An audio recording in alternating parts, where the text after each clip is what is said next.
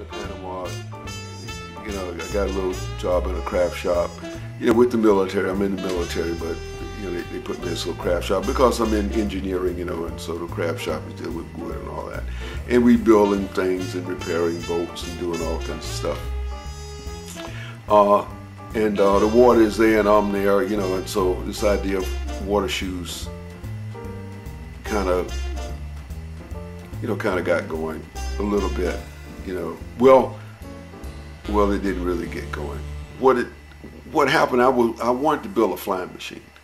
I wanted to build a flying machine, but that didn't work too good because we had some, you know, that didn't work too good. But anyway, so we ran out of money, so we was going to build a water shoes to get some money quick to work on the flying machine, and we got into these water shoes.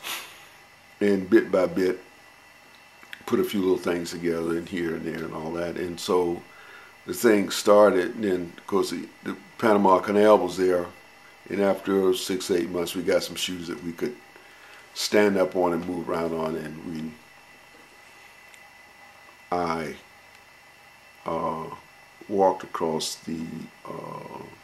walked the length of the Panama Canal. I guess I could show you some little stuff in my early days, and we'll look at that. Okay, so this is my first book, and I've shown this several times before. This is my first book, and I've shown it several times before. This is a big book, and we're going to open it up here. And this is one of my first water shoes. It's one of my first water shoes, and it's a bit of a wedge. It's a bit of a wedge, and it's plywood with a little wedge in it. But these were some of my first water shoes, and I was able to stand up on them, you know, and get some kind of stability. These are, now we kind of refer to them as bucket shoes, because, you know, the deep well inside. And that's somewhere around 1971 or so, you know, I'm getting started, you know. So you can see some of my early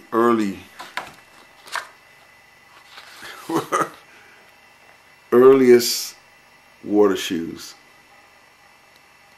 and you can see them there. The whole idea: lower the center of gravity by having your feet down in the shoes, and this was the basic idea. Get your feet as low down as possible, and then you could stabilize. We thought the triangle thing was great and all this, but we used them in there, and then a little bit later, a week later, then we were into some more developed water shoes, and we're going to try to show that. Okay, we're going to come up again on these shoes. Now this is some of the second shoes. Now notice these have flaps on them.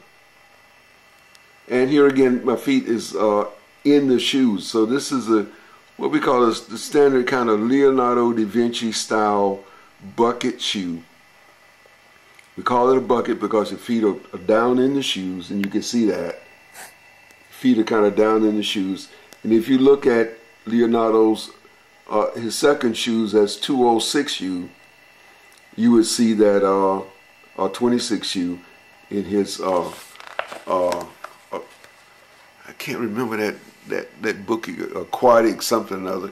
Anyway, he shows two shoes, the skin shoes, the pig skin shoes, and then right beside that, maybe we'll find it, then the bucket shoes, and they look kind of like this. But we tried these flaps, and this is early on. We tried flaps, and we realized if flaps hit the bottom of the river or lake or whatever you're on, and they scrape out and they tear out and all this. But, and like we said in some of our early programs, it causes drag and all that. But we did give them a shot.